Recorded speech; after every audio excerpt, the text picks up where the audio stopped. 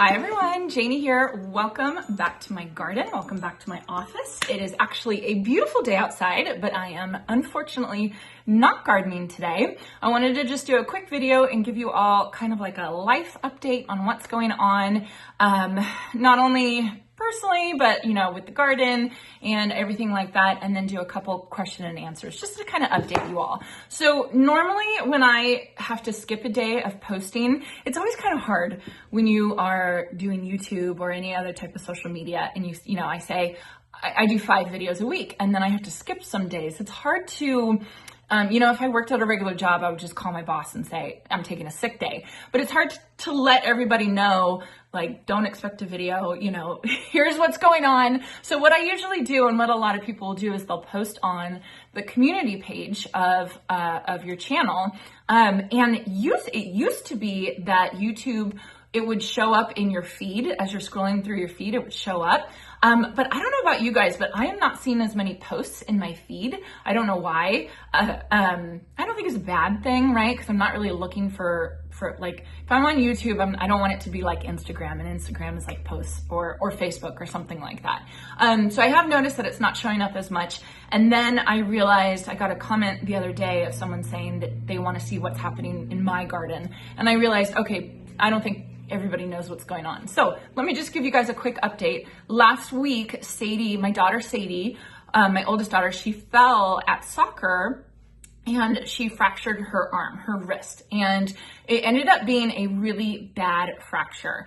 And it's always hard because I want to respect her privacy. I want to respect my family's privacy and not share more than, not share as much as I share about myself. I've gotten permission from her to share all this with you guys, but basically she fell and she landed wrong and she fractured her wrist, and her wrist is still growing. The growth plate is still open. And so it got displaced and it fractured through the growth plate, and it was a really bad fracture.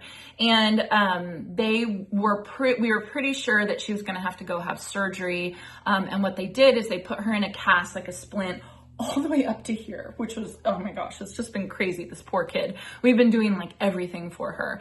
And they wanted it to kind of calm down and the swelling to go down for the past week. And so I haven't really had any news about what's been, what's gonna happen. And we just had the doctor's appointment this morning, and I'm happy to say that there is no surgery needed. Whew, which is very exciting. The staff, I have to thank the staff at the ER. They did absolutely amazing. They set her arm. It was crazy, you guys. They had 3 people hanging on her arm in different places and pulling in different places to set the arm, to set the bone back in place. Poor kid had the look of terror on her face, and oh my gosh, it was just it was crazy. It was absolutely crazy.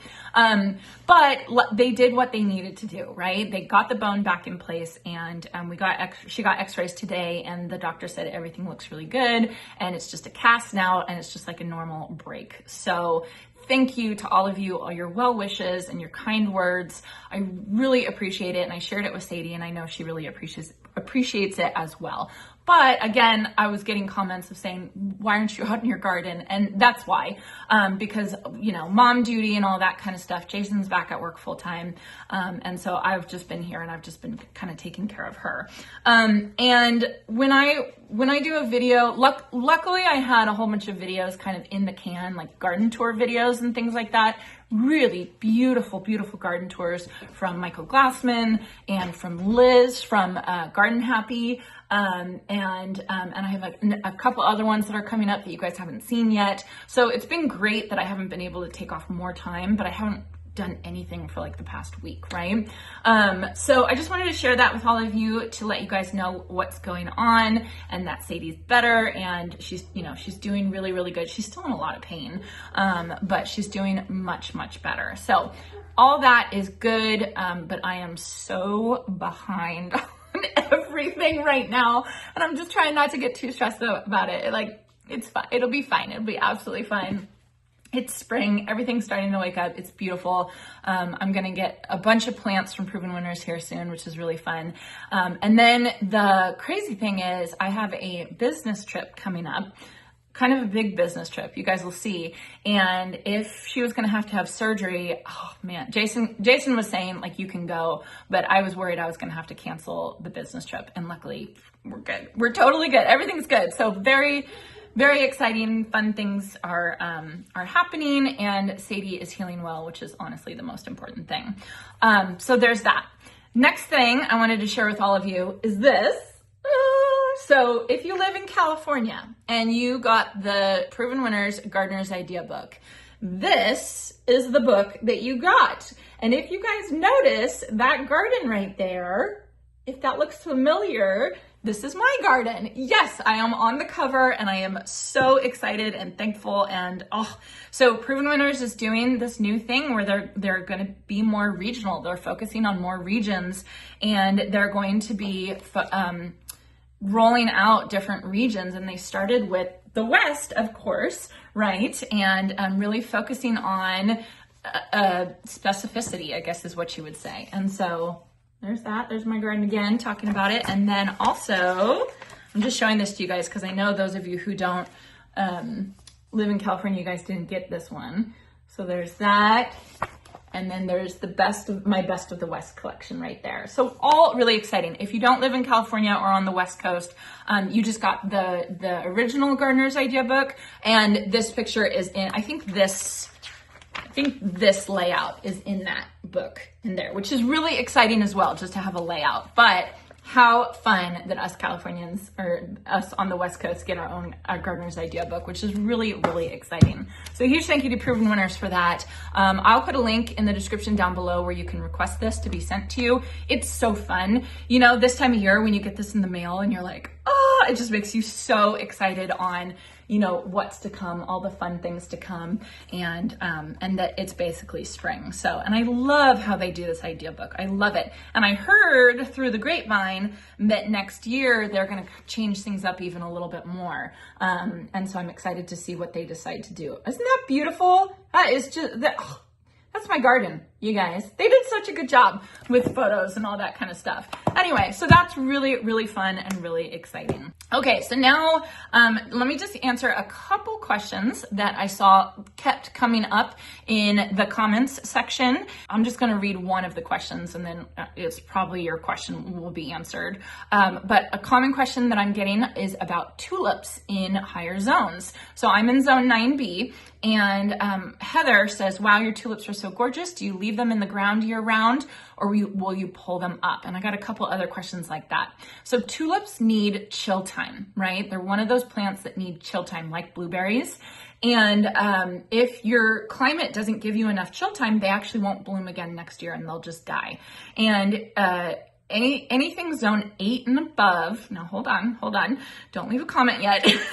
Anything zone 8 and above needs to be chilled so they won't rebloom. Now remember, every zone has microclimates. I have had people that say they live in Sacramento, which is 20 minutes away from me, and they have had their tulips come back year after year. So that obviously means that they are in a microclimate where it gets cold enough in their property. Maybe they're in a valley or something like that, but it gets cold enough for those tulips to get chilled. You know, and maybe if you're in zone 7, maybe you're in a microclimate where it's too warm and the tulips won't come back for you.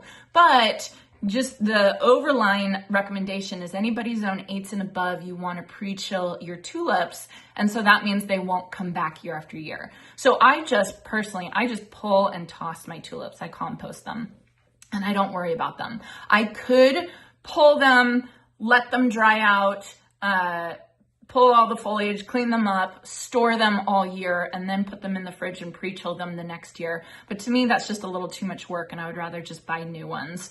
So I don't save my bulbs year to year. I have done that before with like just a handful of bulbs, and they did come back, but only about half of them came back.